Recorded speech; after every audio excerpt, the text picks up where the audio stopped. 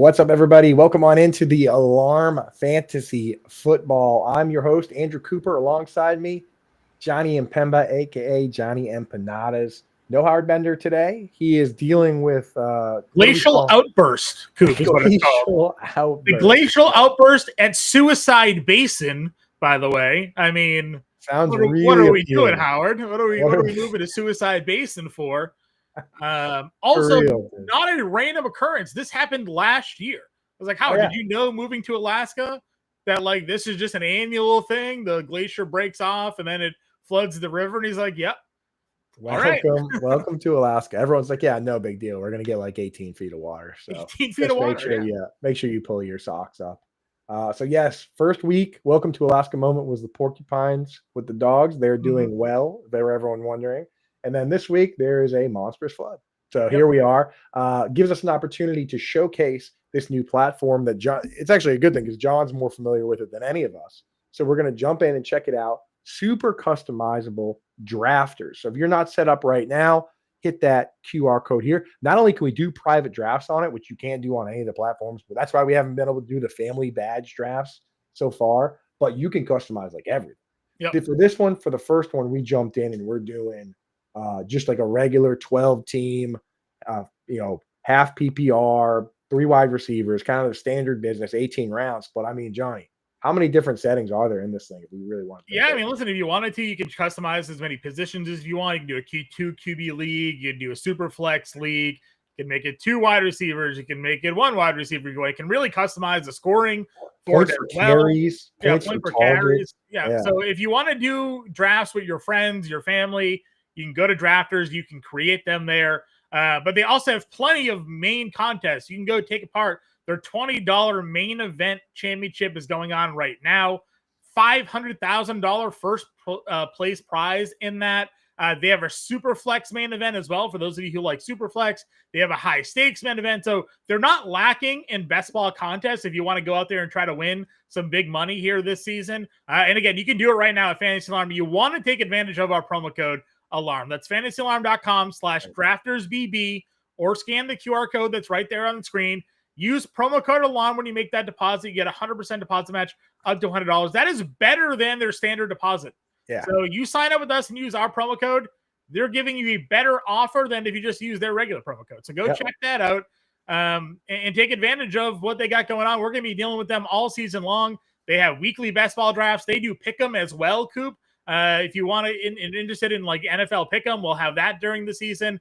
So plenty of options, plenty of opportunities to make some money on drafters, and we're definitely excited to get these family drafts kicked off. And the draft is underway. I'm picking, what am I picking?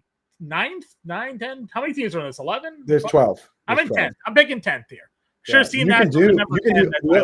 The other really cool thing is you can do custom payouts, like as custom as you want, down to like the percentage. So I just set it up for this one where it's $5 draft, 3rd place gets their money back, 2nd place gets double their money, and then 1st place gets the rest. But you can do it however you want. You could literally do it where you do like a big one and everybody gets some money. Like even 12th place, right? Sure. So it's kind of crazy, the customization. And that's why we kind of found these guys, is that like, if other sites don't want to host private drafts and they just want to have like big contests or whatever, that's absolutely fine.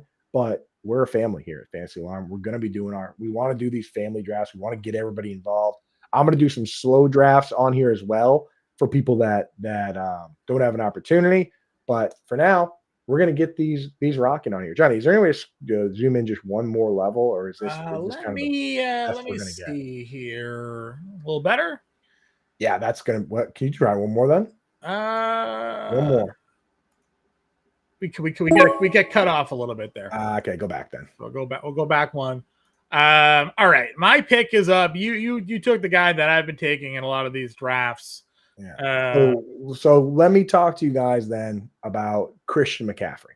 And it's not just me that's been on this guy, because I was at the Fantasy Football Expo this weekend and I was in a redraft league. JJ Zachariason took him at 7th overall in that draft as well, right? So this is a pick that people view as high risk, high reward. But when you start doing the math on these type of situations and on every player, you draft your fantasy team and then you sit back and you hope that the guys don't get hurt. That's for every single player. You're just hoping that your players don't get hurt. So for me, maybe I'll fade a guy who is currently injured, but right now Christian McCaffrey's healthy, right? I'm not going to play Dr. Fortune Teller trying to guess which guys get hurt, which guys don't.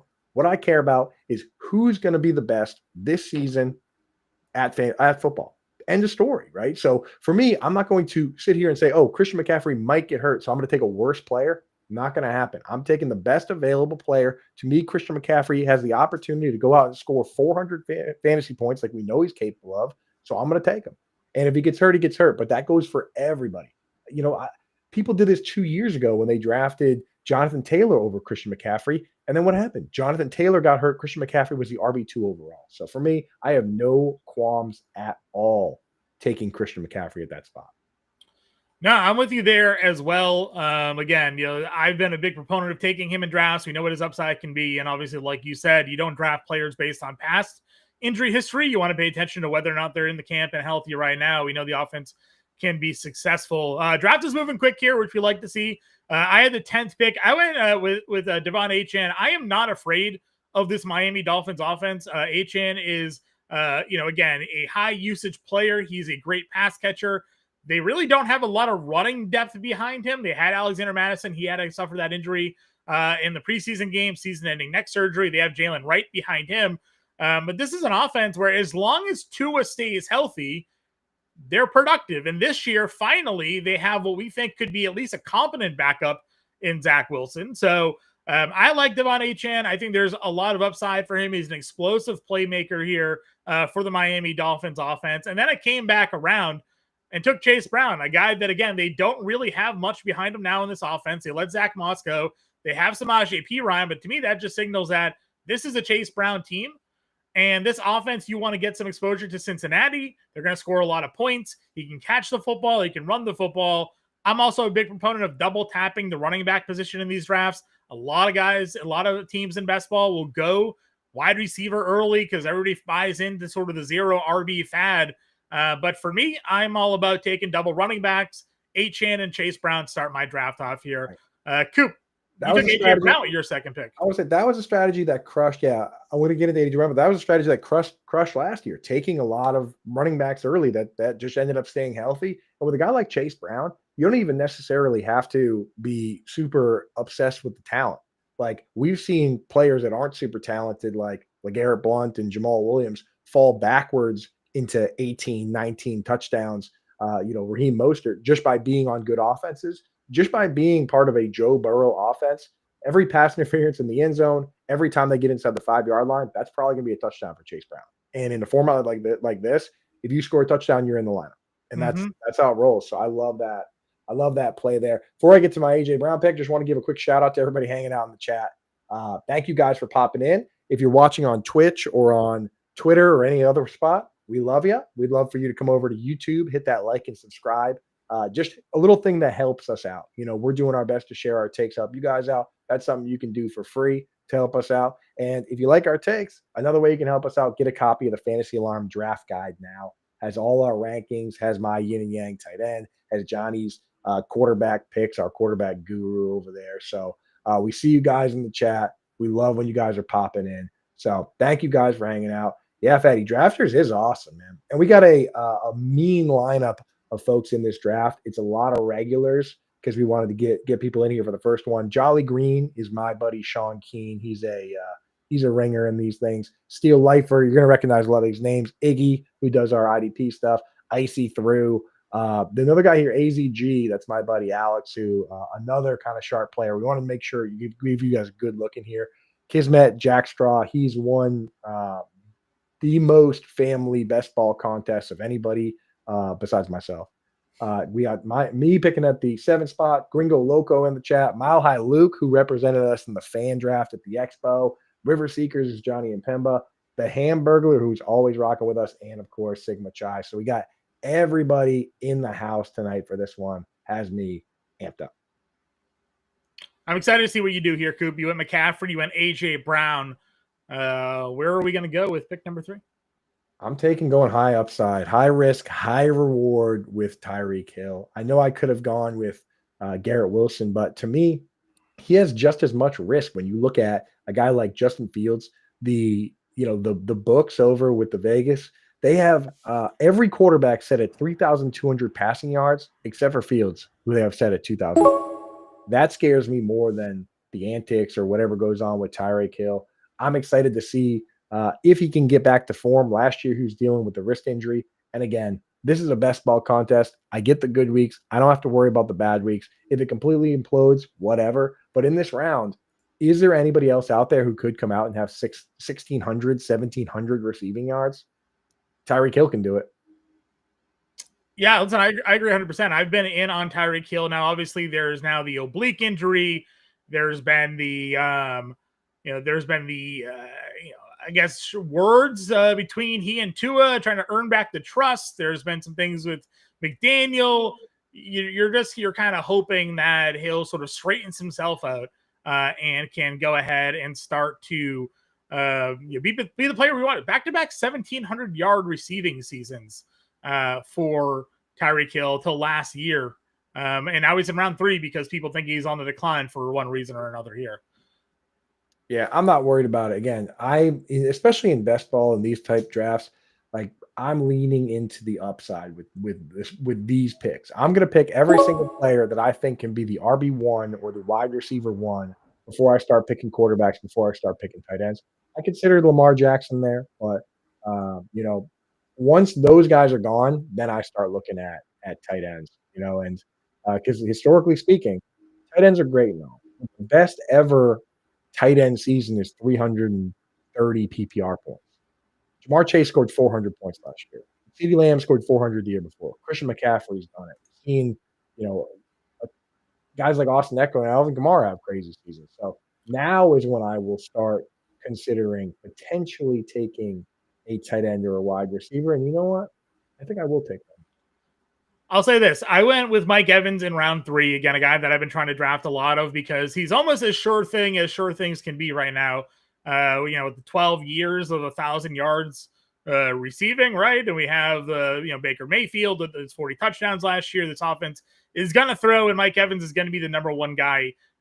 But Garrett Wilson falling into round 4 goes to what I think you just talked a little bit about Justin Fields. He has the lowest projected passing yard total. People don't expect Fields to be a great, quarterback in terms of throwing the football, and therefore like a really, really talented wide receiver. And Garrett Wilson is slipping down draft boards. You get him in round 4 here. At that point, you just sort of take the upside, in my opinion, of a guy that could very easily be a top 10 overall wide receiver. In order for Fields to throw for 3,000 plus yards, he's got to throw to somebody. Garrett Wilson still come out of that with 1,300, 1,200 yards receiving and just be the guy that catches all the passes. Yeah. Or Justin Fields gets benched.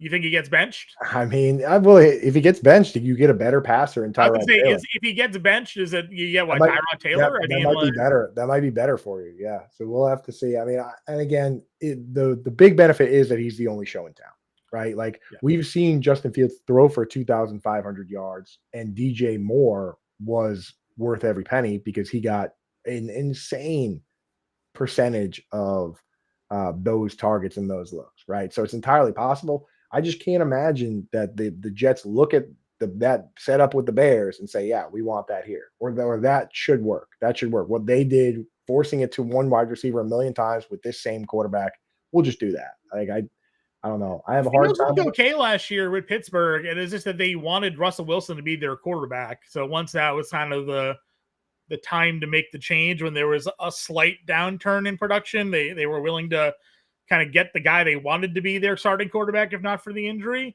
You have a new system now in New York. You think you have some sharper guys coming over there, maybe to set him up in a spot to be more successful. We saw it in the preseason game. They were in the red zone. Coverage, the offensive line held up a little bit. Guys were covered, and he scrambled for a touchdown. Like, that is the upside you get sometimes with Fields. But he's been making some good throws in camp from what you've seen there as well. So I would rather draft just Fields by himself or Fields with like Mason Taylor than pay the cost for Garrett Wilson, though. Again, he fell to the 4th round here. He got him in the 4th round. That's where I would take him. I was between him and Cortland Sutton. Sutton's probably the safer play because we all like Bo Nix, but Garrett Wilson's a guy that's a top, 2-round pick most cases. So yeah, I'm doing something here that I almost never do. Yeah, you stole my quarterback. I have AJ Brown, dude. He's my quarterback.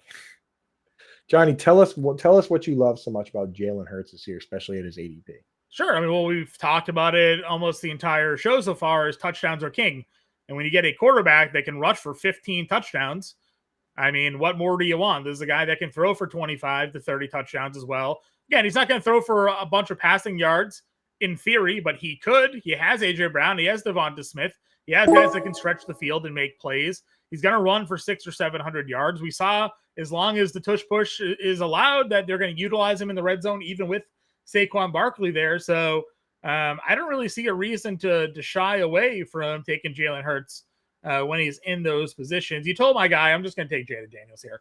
I wanted Hurts. I want a mobile quarterback. We talk a lot about the advantage you get from a quarterback that can run the football. I understand that there's some concern with the wide receiver group. Deebo Samuel's coming in, maybe looking a little slow, maybe looking a little out of shape. We don't know what the deal with Terry McLaurin is. He wants a trade. He's in camp holding out. You see him on the sidelines at practice, still talking to Jaden Daniels, though. So maybe he's absorbing what's going on with the game plan. He knows the offense already. Nothing's really changing there. I don't anticipate this to be a situation where McLaurin just doesn't play. So I'll take McDaniels in year 2. I like the mobility. I like the offense. Yeah, I think that it's only a matter of time till Terry McLaurin just gets the contract, right? I mean, we saw it with James Cook here, where it's like there's no other. Even with the thing about with James Cook is that they actually probably had better options available than the Commanders do with letting McLaurin walk or not playing McLaurin. You know, it's like with James Cook, technically, if they really wanted to, they could go with Ray Davis on rundowns and Ty Johnson on pass downs and just use Josh Allen as a battering ram and bring somebody else in. Like they could probably get away with it. It wouldn't be as good, but you could get away with it. With Terry McLaurin, what do you do? Like, do you go out and sign him? You like let him walk and sign Amari Cooper? You trade him for another wide receiver that'll come in? Like anybody trading for Terry McLaurin is going to be a team that's competing to win now, and the wide receiver you're going to get back isn't going to be as good. The time to do that would have been before the draft, or like when guys were actually available to sign. Their back is against the wall. The sooner they're just going to have to give the guy the money he wants. The sooner they pay him and get him into camp, the better. Because we saw last year with the Bengals, you start playing these games and you have T. Higgins and Jamar Chase missing the entire offseason. What happens? You show up not ready to play week 1, and they lost to the New England Patriots, where you just absolutely can't do that. I mean, I agree with you. I think he's going to find his way onto the field here before we get into week 1. And I don't think it's going to take much for him to kind of get the speed as long as he is hanging out, and getting in shape. I took Ricky Pearsall. Again, the wide receiver room, in San Francisco, there's a lot of space for someone to kind of jump up and be that number 1 guy. You know, Brandon Ayuk's going to miss a lot of this season, begin the year on PUP. Juwan Jennings been dealing with an injury during camp. Ricky Pearsall is on the field and making plays.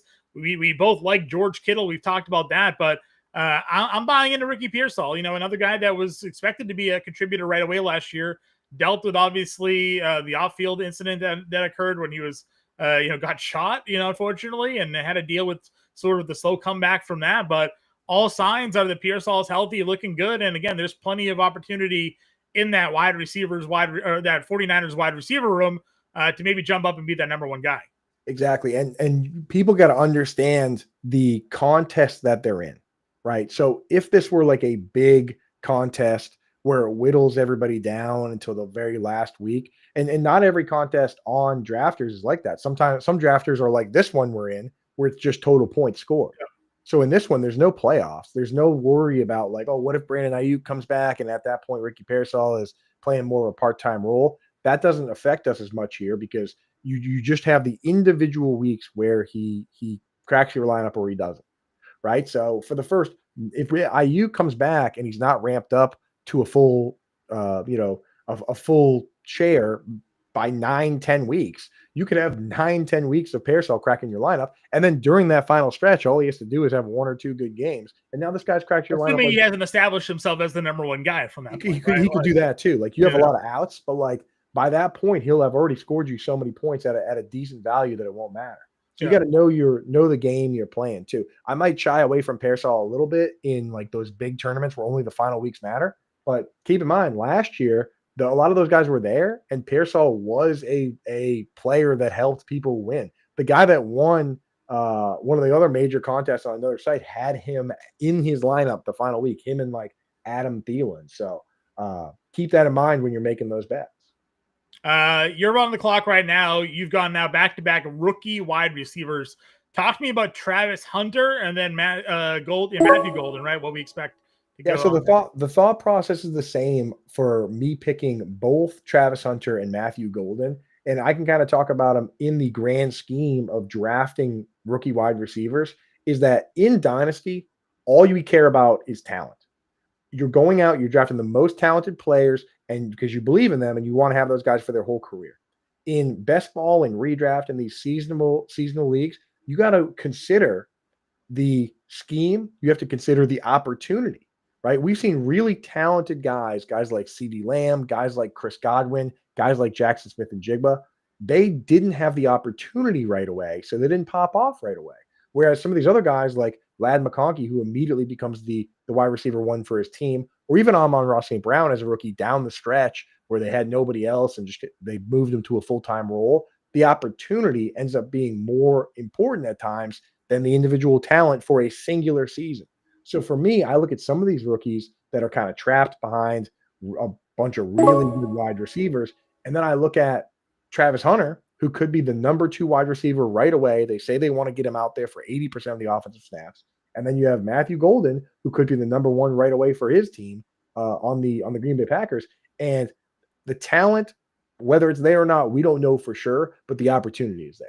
And I'm willing to take those risks, especially in these best balls and especially in like the big contests, because like that's how you find Brian Thomas Jr. from last year. You take a risk on a guy who has the opportunity to be the number 1 on his team. That's Matthew Golden right now.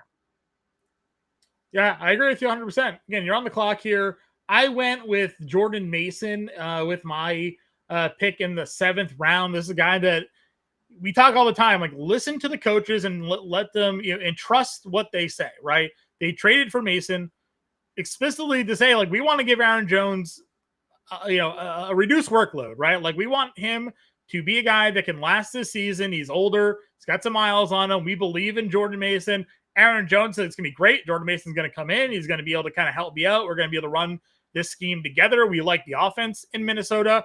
Mason could be a guy that gets sort of some of the red zone work. We saw him find success in San Francisco. This isn't something that we're speculating, right? We're not thinking, all right, they signed Mason, he'll definitely get some work. No, they're telling us that Mason is going to get the work. They have a design role for how they're going to utilize him. So I trust that pick here in round 7. And then I went with Evan Ingram because the tight end run was kind of going on.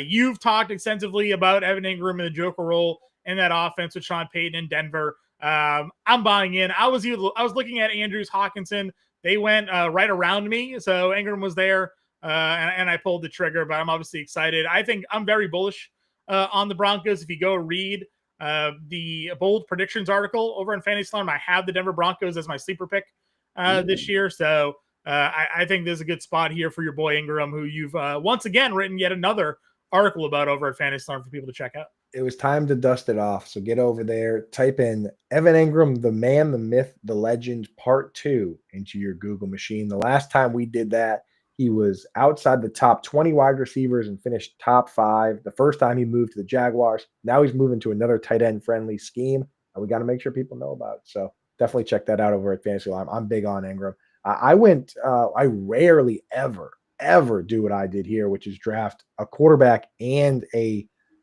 tight end within my first 5 picks. I mean, we're talking about basically never. Yeah, so this is a weird one for me, but it just so happened to be that I thought Kittle was the best value on the board in the 4th round, and then I already had AJ Brown and Jalen Hurts came around, so I just had to. I'll never pigeonhole myself into a certain strategy. I take the best available. It's just the way I rank guys usually makes it so those guys aren't the best available. You are currently deploying a bit of a hero RB, having taken just CMC round 1 and no running back since. Does round 9 bring about your second RB, or what are we looking at? I'm taking another player I believe could be a hero here.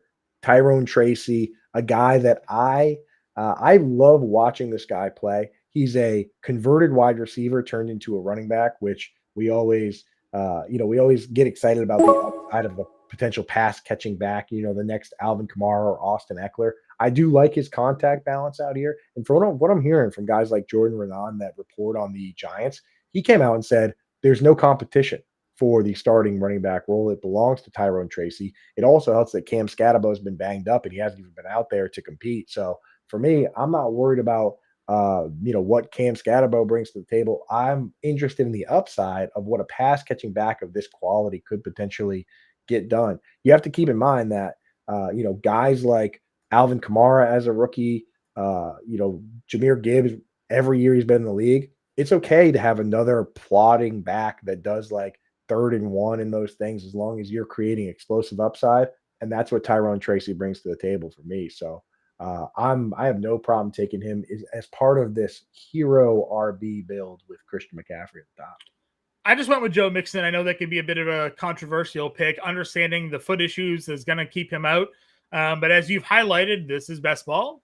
I don't necessarily need him for the first half of the season. If he comes back at any point in the middle or a few weeks after, maybe he starts the season on pop and comes back after week 4 and he contributes, that's good enough, right? I have 2 running backs early that I'm leaning in on and hoping to get the weekly production out of. I took Jordan Mason.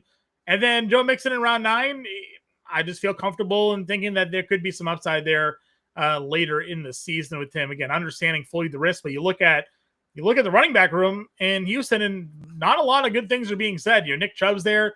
Apparently, he's looking a little slow. I don't know. You see all the workout videos. He's squatting 700 pounds, so it's physically he's fine. You have to wonder if maybe there's a little bit of a mental game there with him where he's just going through the hole and gets flashbacks of his knee getting blown out.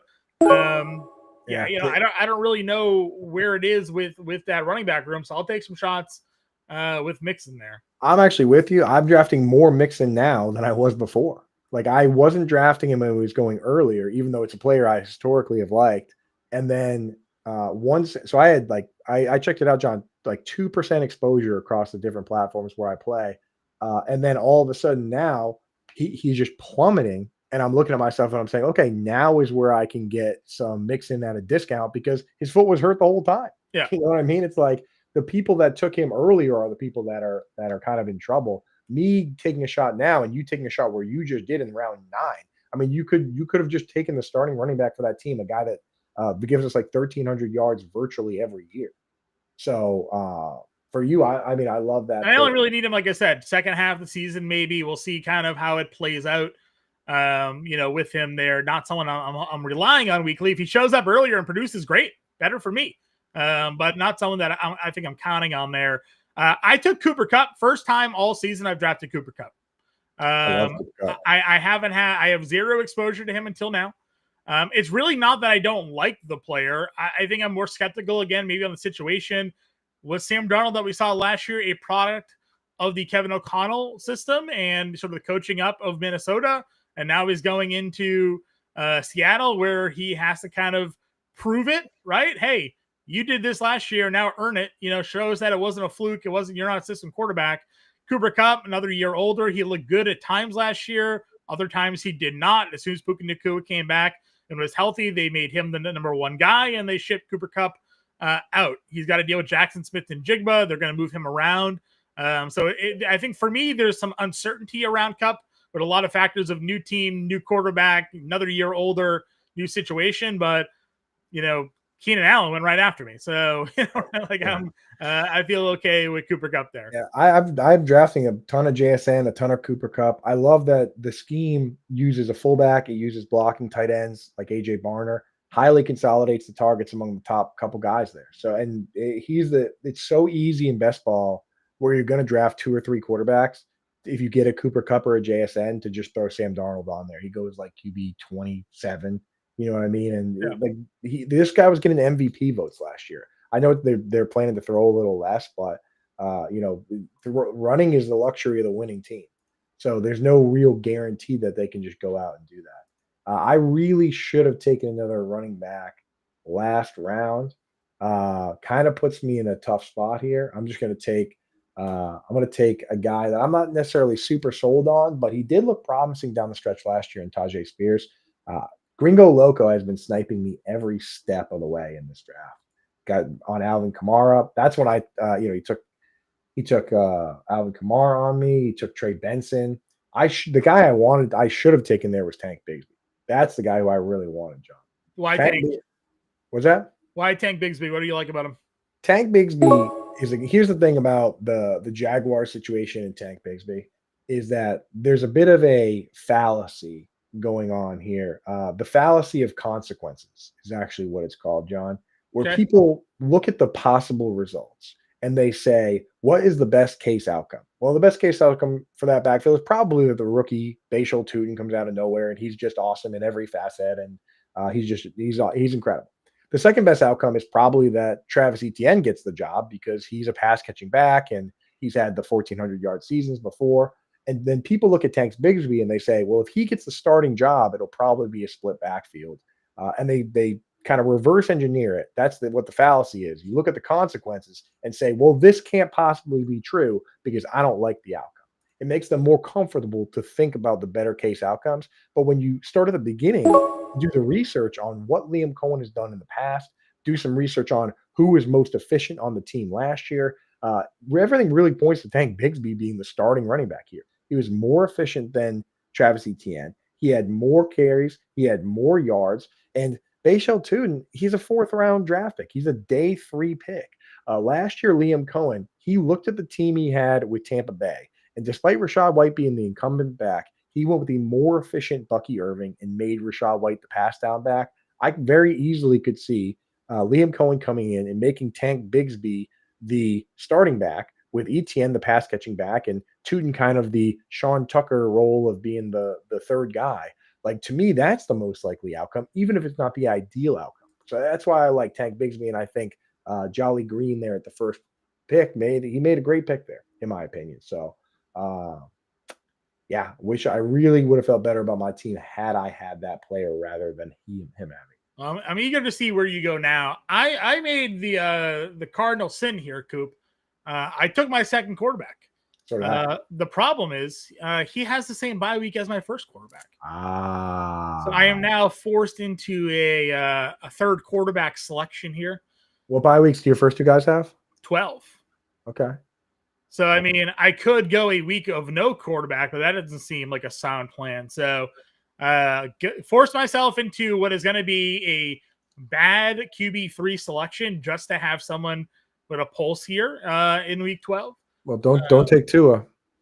Yeah. Well, again, problem there was I was not really thrilled with the quarterbacks that were on the board at the time. Didn't even really want Herbert, but I liked him as the best of the group and didn't check to see when Daniels had his bye week. Yeah, there's the chat's already on top of it, dude. Yeah, I'd go Tua. Tua has bye week 12. Tua has bye week 12. So then I thought about going double tapping tight end or double tapping quarterback just to clear it. But I also liked Hollywood Brown there, so I went with Hollywood Brown to add more wide receiver depth to my roster. Ann wants to know why Brock Purdy in round 10 for you. Yeah, so this isn't something I usually do, especially in contained drafts. But Brock Purdy was coming up. It was right at his ADP, and I have George Kittle. So I already stacked A.J. Brown with Jalen Hurts. This time I had Kittle. I was getting Purdy at a good value. Typically, I'd try and wait for someone like Drake May, who I'm very high on. I have an article coming out on him today. But then May went a couple picks later, and I think that May went a little ahead of ADP. I know AZG is a Patriots fan, so that's maybe part of it there. But I'm just looking at those correlations of like, this is all about spike weeks. How do I get those? I go with Purdy and go with Kittle. And again, a guy that won a $1.5 million contest last year, his stacks were Jamar Chase, T. Higgins, and Joe Burrow. And then he had Brock Purdy and George Kittle. And those were his quarterbacks. He spent just as much as I spent on mine in this draft. And now I'm done drafting quarterback. My guys don't have the same bye week, John, so I don't have to draft 8. Yeah, you don't have to draft the third. It's smart. I do want to give a shout out again for those of you maybe just tuning in. We're over here on Drafters. If you haven't already signed up over on Drafters, I'll throw the big QR code up. Sorry, Coop. Go to fantasyalarm.com/draftersbb. or scan that QR code right there on the screen. The scrolls down there at the bottom the entire time anyways. You get 100% deposit match up to $100 with promo code ALARM. Not only are we gone I'm making myself the big screen, so I'm not covered by the promo Not code. only are we doing the family drafts, but you can also take part in their $20 main event contest, which has a $500,000 first place prize. They have numerous other contests for you guys to take advantage of as well. We're going to be doing a lot with drafters this season, both before week 1 and through the NFL season this year. So now's the time to sign up. Scan the QR code, fantasyalarm.com/draftersbb, promo code ALARM when you make that first deposit to get that deposit match bonus up to $100. I'm liking this platform a lot, dude. Also, just wanted to point out that Fatty McFats has been playing over here for a while. He pointed out to us that first he said Drafters is awesome, which I agree with. He also pointed out that the big tournaments are total points, which I love that because we don't even know for sure in some of the other tournaments with like playoffs and stuff whether the correlations of like late season matchups are that important. We've had the one of the guys that won one of the major tournaments in the other platform come on and says he drafts 2,000 to 3,000 drafts a year, John, and he never once thinks so. And again, won the main event contest on another platform. He says he never once has thought about who a team is playing in week 17 or week 16. He's collecting value. He does, stack sometimes with the quarterbacks and the wide receivers and tight ends, but he's never once thought about that. In this contest, you definitely don't have to think about that because week 17 isn't any more important than any of the other weeks. So, yeah, and I've talked to you about this before. Like, do you go out of your way to build stacks? And I think in certain situations, if they fall to you, then fine. Right. But you don't want to be jumping 2 rounds of ADP just to solidify a stack. Then you're kind of hurting yourself there. Who's to say that player might not have been there on the way back? Like I wouldn't have taken Brock Purdy if he was not the very top name at the queue and behind ADP, because it's not even a guy that I'm super into. It just so happened to be. I use it as a tiebreaker, John, like you say, where it's like I'm not going to reach. Once you reach to create the stack, you lose all value associated with it, in my opinion. So for me, if he wasn't the very top player in the queue, I don't make the pick. Got to take my third quarterback here. We'll go Bryce Young. I am a little bullish on the Panthers offense. I think we all are. Ted McMullen, Xavier Legette. They have Chuba Hubbard. The offensive line looked a little better last year. Bryce Young looked better at the end of last year. So maybe that can be my week 12 fill. And I didn't even check to see who they're facing in week 12. Hopefully it's an easy opponent and not like in Denver or something like that. But you know what? We needed a man. Bryce Young was the guy. You didn't wait to see. You could have waited and taken Sam Darnold. Stacked him up, dude. Not a Sammy D guy. Not really. I mean, again, I'm skeptical, but you're not wrong. He could have easily been a product of his environment with Kevin. That's what I'm thinking. That's one of the reasons why I'm actually bullish on. I guess another quarterback I could have waited on was, did JJ McCarthy go off the board yet? I didn't even check. He definitely has to. Yeah, there he is. Okay, round 10. Super bullish on JJ McCarthy for a few reasons. One, we've seen quarterbacks go into this Kevin O'Connell system and actually be productive right away. Josh Dobbs came over, started the first week, had a couple of weeks of 20-plus fantasy points. We saw Nick Mullins have weeks of 20-plus fantasy points. We obviously saw Sam Darnold go and have big production last season, and now we have JJ McCarthy, who a lot of people are commenting, well, it's a rookie. A rookie in practice of playing regular season games. He did play a preseason game last year, threw 2 touchdowns on it, but he got to sit through, excuse me, an entire year in the NFL. He sat in meetings. He sat through practices. He watched walkthroughs. He prepared as if he was a quarterback that was going to be able to play. This isn't his rookie year in a sense of learning the NFL. He's done that. It's no different really than a guy who sat behind the starter all season and kind of learned his way. I'm a bit more bullish on that for the fact that McCarthy has familiarity with the playbook, with the system, and everything that he's had to do with last season. And he has got a ton of great weapons. Now Justin Jefferson is dealing with a hamstring injury. Jordan Addison is going to be suspended for 3 weeks. But you assume at some point all those guys are together with Jefferson, with Addison, with Hawkinson. I think Jalen Naylor is a nice late-round dart. Their offensive line, if you go look at PFF, they have the offensive line in Minnesota ranked inside the top 10. They have a good running game with Aaron Jones and Jordan Mason. There's a lot set up for JJ McCarthy to have success this season. And I'm buying in on that. I'm a believer in the system. I'm with you too. I'm with you so much, John, that I rarely put in long shot bets, but I have a $50 bet in to win $5,000 if JJ McCarthy is the MVP. To I be put it which? in. I mean, in my opinion, it's entirely possible. It's not even unprecedented because this is a unique situation where a good team is getting a quarterback. Usually you have to be terrible to go in and get a potentially good rookie quarterback. Cam Ward taking over the Titans who were dead last. This is a situation where this is a good team with a good scheme with good weapons who's getting a rookie quarterback coming in here and is his second year. So he got a chance to watch what a professional does. And he already knows how an away game works. He knows where to stay in the hotel. He knows where to stand before the game. Like this guy is coming in with a full year under his belt and he's ready to rock and roll. I've seen this happen before. Now, this is why it's a long shot bet, but I watched Alex Smith take a Chiefs team to the playoffs and be the QB3 in fantasy football. And then he left, and the rookie that was picked mid first round took over to replace him. And that was Patrick Mahomes. And he came out and won MVP of the league. Right. It is, again, I'm not saying JJ McCarthy is Patrick Mahomes. I'm saying the similar conditions where a quarterback came out and played well with this team. Sam Darnold, again, Sam Darnold himself got MVP votes last year. And they're saying they're getting rid of Sam Darnold for this kid, JJ McCarthy. He's going to have Jefferson. He's going to have everybody. I'm willing to put some scratch on that, dude. So if he wins MVP, we'll circle back and we'll put this clip all over the dang internet. Yeah, we will. Yeah, for sure. So. I went Woody Marks there again, just kind of grabbing some more of that backfield in Houston. You don't know what's going to go on with Mixon, and we've seen Marks make some noise in camp. I'm going to grab a tight end here, Coop.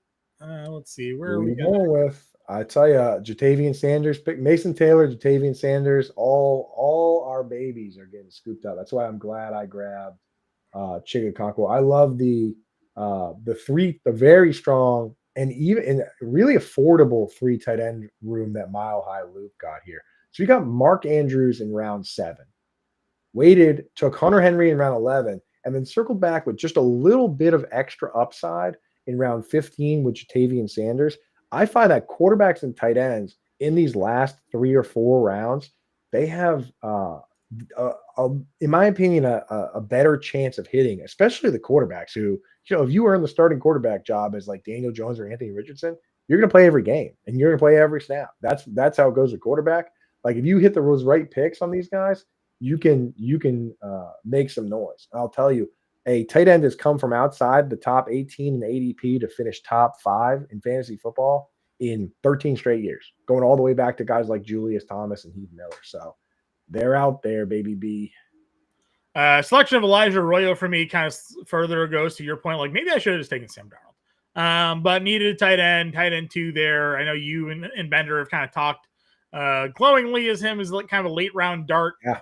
Again, I'm just hopeful that Evan Ingram is just my guy all season. I don't have to really worry about Arroyo, but if he produces, he produces. Let's catch up on your team though. It's been a little bit since we've talked about it. You have Tajay Spears, Darnell Mooney, Braylon Allen, Tootin, Okonkwo, and Leggett. Your last like 5 rounds of picks here. Where do you want to start? Yeah, I mean, I do want to start with one thing here where earlier on the show, I explained why I'm betting on Tank Bigsby, but this is the fluidity that we talk about in these fantasy football drafts. Travis Etienne goes in round 8. Tank Bigsby goes in round 10. That's a value I really like. So even though I like Bigsby best of that crew, if Bashal Tootin is there 4 rounds later in round 14, and I do have some percentage, some probability of potentially winning that starting job, then I'm going to take that shot, So if those guys, if I had to pick from the 3, I'll take the guy I like best, but I'll also consider taking whoever's available cheapest from that group just to get access to this uncertainty, right? Because who knows, maybe if you look at guys like James Gladstone, right, who's now the GM of the Jaguars, he came over from the Les Snead GM tree with the Rams. These guys have been finding guys like Kyron Williams and Puka Nacua, Cooper Kupp as a 3rd round pick, right? Like these guys have been the best at doing that. Brad Holmes was the head scout for that team. He leaves to go to the Lions. He finds guys like Puka Nacua. He wins back-to-back executive of the year. Maybe this tree of GMs with Les Snead and James Gladstone and Brad Holmes, maybe they know what they're doing. So I look at guys like Travis Hunter and Bashal Tootin, the rookies they picked this year, and I do want to have some exposure. Even if I like Tank Bigsby best, you're well served to consider taking shots on these guys. In a redraft league, maybe take both of them. In best ball, I don't like that strategy as much. You are on the clock. Okay, this pick I'm making right here is the exact thing that I preach when you use specific strategies, right? So with my running back room, I want to have a balance of upside and safety. And in this build, I went with a hero RB build with a hero RB that some view as risky. I don't, but Christian McCaffrey is my hero running back. That means that with the rest of my team, I need to create some sort of balance where I have the floor to have guys in my lineup, but I have the upside to potentially hit on a league winner. Tyrone Tracy is a high risk, high reward guy. Tajay Spears is a guy who's banged up right now, could end up being high risk, high reward, but I hope he carves out a role. Braylon Allen really only hits for me if something happens with Breece Hall. Bashal Tootin is as high risk, high reward as you can get. So this Justice Hill pick, a guy that does play like 40, 50% of the snaps at times because Derrick Henry is the main down back and he's the pass down back, that gives me a little bit of floor. That gives me the comfort in knowing that this guy's probably going to catch a couple passes in most weeks, and I'm not running the risk of having a zero while I wait for Bashal Tootin and some of these guys to break out or some of the handcuffs to hit and for me to potentially hit there. So this is my way of creating balance. And I could have easily taken Quinshon Judkins there, John. But then I have probably the riskiest running back room that there's ever been. I was gonna say, we don't even know if he's gonna play, right? Right. So, we don't know if he's gonna play. We don't know what's going on. The upside is obviously high if they turn around and say, hey, you know what? We're gonna sign you and you'll be suspended for 4 or 5 games and then you'll play. So there is upside there. But for me, I can't take on that risk with my build. Now, if I had started with a build like Gringo Loco next to me, where I had Kyren Williams and Alvin Kamara and James Conner, and the only way you're cracking my lineup is if you do have unique upside, then I go out and I take just risky guys later, which he did. He took Trey Benson, he took Rico Dowdle, handcuff type players, so you got to consider your build. Consider how you've made your lineup and whether you need risk with this pick or whether you need upside with this pick. Sure. I don't mind it. You're picking your final pick right now. Oh. I went with Jalen Coker and Josh Naylor again. I like Naylor as kind of a late round dart, a guy that I think is going to have weeks where he just finds the end zone in that offense, and that's what you're looking for in best ball. And obviously we know that Addison is suspended for the first 3 weeks of the season, so I expect Naylor to be involved. And then Jalen Coker is, again, more like coach speak. They just do nothing but talk highly of him all camp. At some point, Adam Thielen is going to be, kind of old and not part of the offense. And Jalen Coker could be that guy that steps in. He made some plays last year. Obviously, they added to the wide receiver room, with Ted McMillan, and they have Xavier Legette. But I'm a big fan of Jalen Coker here in round 17. And, it helps you stack the Bryce Young pick. Right. And, you're hearing good news about both Xavier Legette and Coker.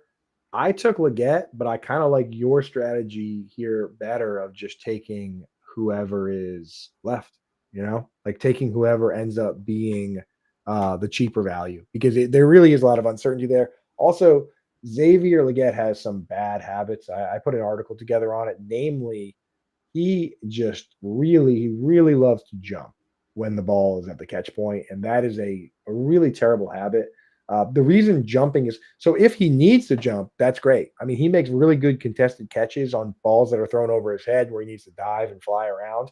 The problem when you jump when you don't have to is first that you're adding an extra level of movement and an extra level of precision to a play that doesn't require it. The even bigger problem is that when you jump, you take so much yak off the table. You're losing all momentum. You're setting yourself up to, get hit by the defender, to let the defender catch up to you. This guy was outside the top 200 wide receivers in yak per reception because of what he's doing. If you ever hear Chris Collinsworth actually says it all the time because he's a former wide receiver, the term staying grounded. Watch a guy like A.J. Brown. He never leaves his feet unless he has to, because he knows that if he can catch that ball in stride, that's going to be extra yards. If Xavier Legette doesn't correct that issue, that is literally, John, the exact issue that Preston Williams had that had him wash out of the league within like a year. It's like you have to figure out how to make yourself available to turn small plays into big plays. And if you don't do that, they'll find someone who can. Yeah. So that's it. That's the draft here, Coop. We are done. Nice and quick for everybody. Done within the hour, which is great. So if you guys are looking to join drafters, know that they do have fast drafts, right? Like 30 or 40-second picks, I think it was. We can, it's so customizable. I could have done 30 if I wanted. I could have done 40. I could have made this draft 20 rounds. I could have made it 10. Like, you can do whatever you want over here. You can do super flex. You can do points per carry.